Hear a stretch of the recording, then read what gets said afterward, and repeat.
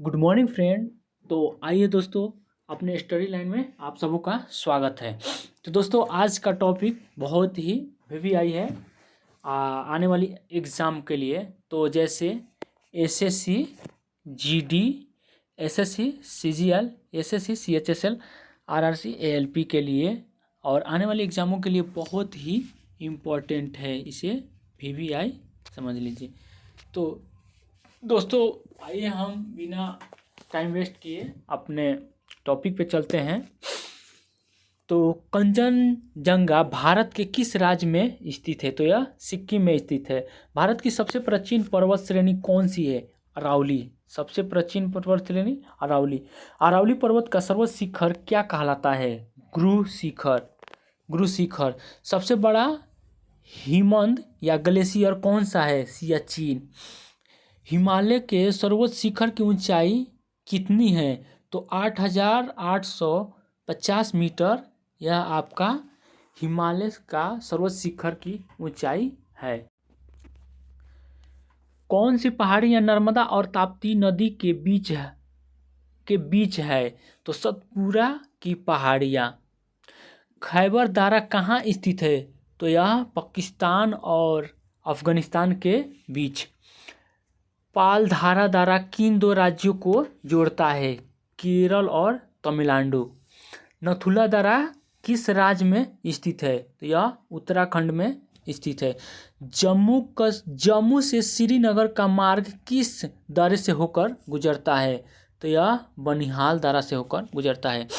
किस नदी के किनारे पर प्रसिद्ध महाकालेश्वर मंदिर स्थित है? तो यह नर्मदा नदी पर महाकालेश्वर मंदिर स्थित है। विश्व का सबसे बड़ा डेल्टा किन नदियों द्वारा निर्मित होता है? तो यह गंगा और ब्रह्मपुत्र। किस स्थान पर भागीरथी और अलकनंदा मिलकर गंगा का निर्माण करता है? तो प्रयागराज में। अरावली पर्वत श्रृंखला किन नदी पहाड़ी से विभाजित होती है? तो यह चंबल और साबरमती। लूनी नदी कहाँ गिरती है? तो कच्छ का रण में।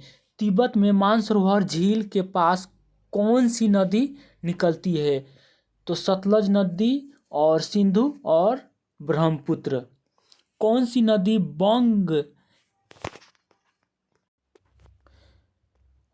नदी बांग्लादेश में जमुना के नाम से जानी जाती है? तो यह ब्रह्मपुत्र नदी को जानी जाती है। किस नदी को दूसरी गंगा के नाम से भी जाना जाता है? तो कावेरी नदी को जाना जाता है। शुष्क भूमि के लिए सर्वाधिक उचित फसल कौन सी है? तो यह मूंगफली है। राजस्थान की राजधानी कहाँ है? तो यह जयपुर है। उदयपुर की जवारा खानें किस खनिज के उत्खनन के लिए प्रसिद्ध है? तो यह जस्ता के लिए। महासागरीय एवं महाद्वीपीय पर्वतों में किसके आधार पर अंतर पाया जाता है? तो घनत्व के आधार पर। प्रायद्वीपीय भारत का कौन सा तटीय शीत ऋतु में अधिकतम वर्षा प्राप्त होता है? तो कोरोमंडल तटों पर अधिकतम वर्षा प्राप्त होता है। खनिज पदार्थ की दृष्टि से कौन सा भारतीय क्षेत्र अधिक समृद्ध है? तो यह छोटा नागपुर का पठार। टिहरी बांध को किस नदी से जल प्राप्त होता है? तो यह भागीरथी से। किस हवा में चक्रवातीय गति का अभाव पाया जाता है? टार्नेडो।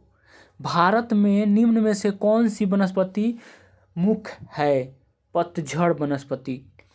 बहुचर्चित सरदार सरोवर परियोजना निम्नलिखित में से किस राज्य में है? तो यह गुजरात में है। भारत के पश्चिम तट पर पर्वतीय क्षेत्र में से किस प्रकार की वनस्पति पाई जाती है? तो यह सदाबहार। भारत में जल विद्युत शक्ति के विकास में कौन सा राज्य अग्रणी है? तो यह उत्तर प्रदेश। किस तिथि को दिन और रात बराबर होता है? तो यह 23 दिसंबर को। भारत में नमक की प्राप्ति मुख्य रूप से किस स्रोत से होती है? तो यह सागरीय जल यानी कि चट्टान, नमक की परतें, झील एवं मृदा। किस नदी को बृहद गंगा के नाम से भी जाना जाता है? तो यह कावेरी को। कौन सी नदी अपना मार्ग बदलने के लिए प्रसिद्ध है? तो यह कोसी नदी अपना मार्ग बदलने के लिए प्रसिद्ध।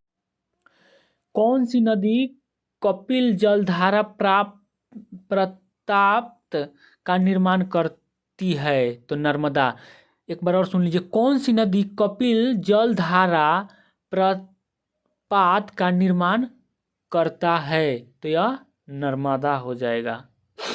कौन सी नदी उड़ीसा का शोक कही जाती है? तो यह ब्राह्मणी। वेनगंगा और पेनगंगा किसकी सहायक नदी है? गोदावरी। किस नदी पर सबसे लंबा सड़क पुल बना है? तो यह गंगा पर। कौन सी नदी विश्व का सबसे बड़ा नदी द्वीप जमुली बनाती है? तो यह ब्रह्मपुत्र। नर्मदा नदी का अधिकांश भाग भारत के किस राज्य में बहती है? तो यह मध्य प्रदेश में बहती है। कौन सी नदी रिफ्ट घाटी से होकर बहती है? ताप्ती नदी। कौन सी नदी पर भारत एवं पाकिस्तान का जल समझौता हुआ? तो सिंधु नदी पर। सिंधु समझौता के अनुसार भारत सिंधु नदी के कितने प्रतिशत जल का प्रयोग कर सकता है? तो 20%। कौन सी नदी भारत के केवल जम्मू कश्मीर राज्य से होकर बहती है? तो यह सिंधु नदी। यहाँ पर राज्य है दोस्तों, टाइपिंग में थोड़ा मिस्टेक हो गया है, एरर है। पंचगंगा तथा दूधगंगा किसकी सहायक नदी है? तो यह कृष्णा की सहायक नदी है। दामोदर नदी कहाँ से निकलती है? तो यह छोटा नागपुर के पठार से। किस प्रकार की मिट्टी के लिए न्यूनतम उर्वरक की आवश्यकता होती है? तो जलोढ़ मिट्टी के लिए। भारत के समस्त स्थल भाग का कितना प्रतिशत जलोढ़ मिट्टी से आच्छादित है? तो 24%। जलोढ़ मिट्टी में जब बालू के कणे और चिका की मात्रा लगभग बराबर होती है तो उसे क्या नाम दिया जाता है? दोमट। तो दोस्तों आज का टॉपिक मेरा इतना ही रहा। यह आपको स्पेशल एसएससी जीडी के लिए बहुत ही इम्पोर्टेंट है।